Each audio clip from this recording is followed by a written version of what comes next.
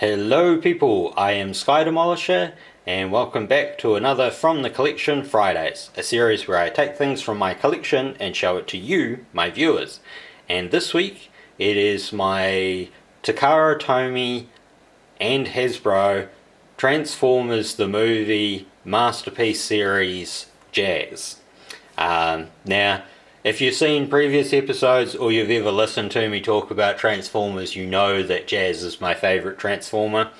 I picked this guy up from Toyco as a pre-order, which came out in late November.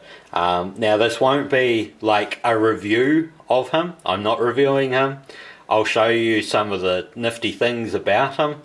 Nifty, that's a word you probably haven't heard in a while from me. I don't think I've used it for quite some time.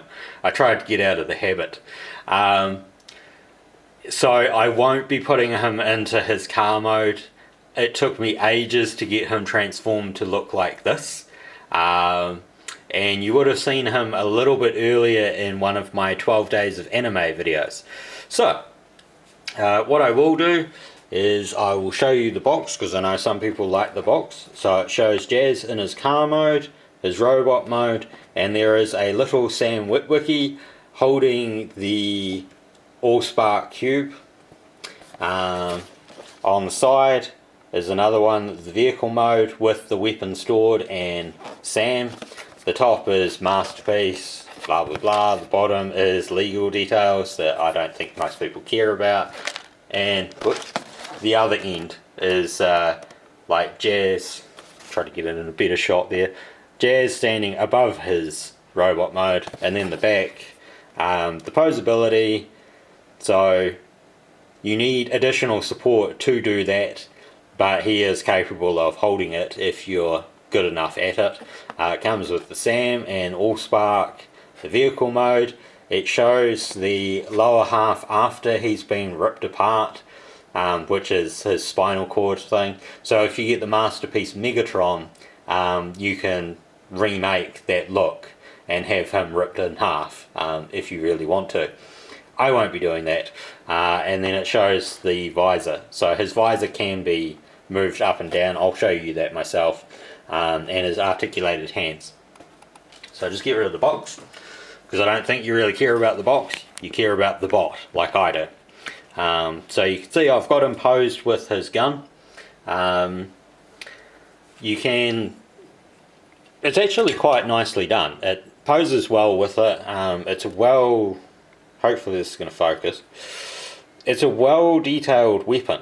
You know, I don't know if it's, sorry about the focusing thing, you know, this thing has always been bad for it. You know, I try to talk about things and it's like, oh no, I'm not going to focus on that.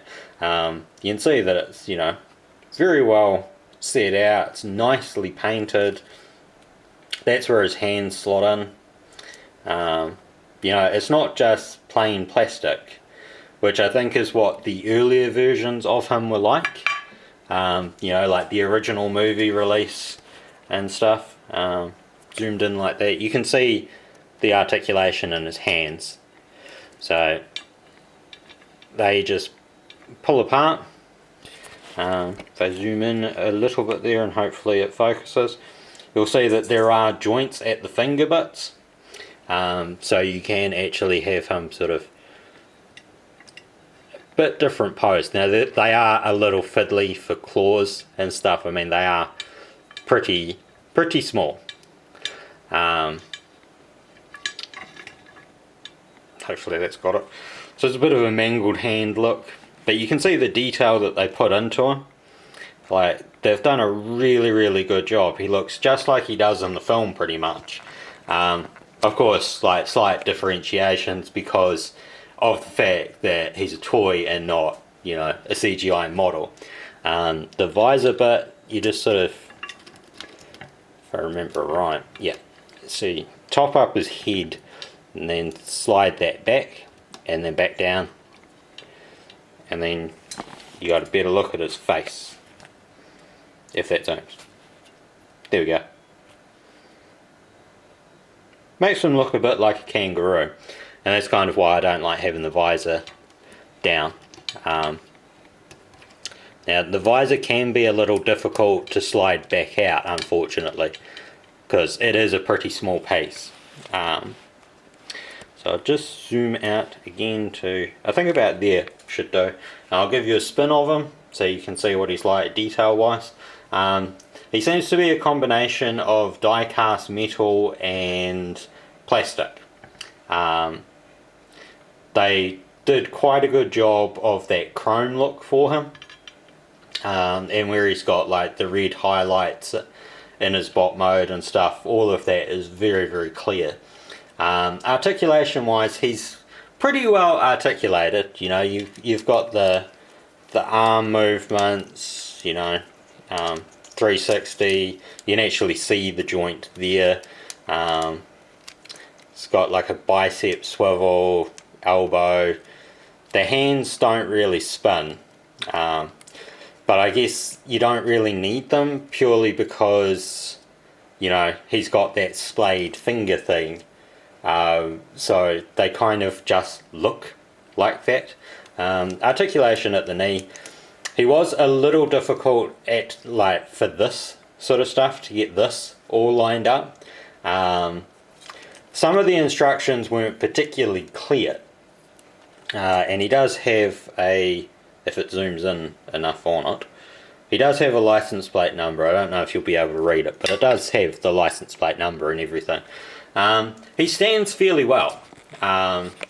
Like the back of the box said, you will need support if you're going to have him, you know, in the middle of the break dance move like he did in the film. But all around, he's a pretty awesome guy. Very nicely sculpted. There's even details like inside the engine bay and everything. This is the first Masterpiece figure I own.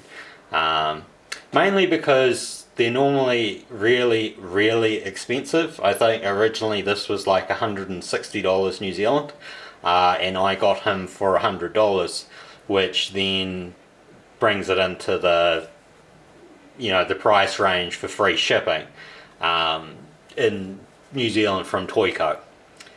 So as far as I'm aware, he's no longer available to buy from Toyco, but I'll leave a link down below to their website so that you can look through their stuff if there's anything you're after. And I hope you've enjoyed this episode. Until next time, take care of yourselves. Bye.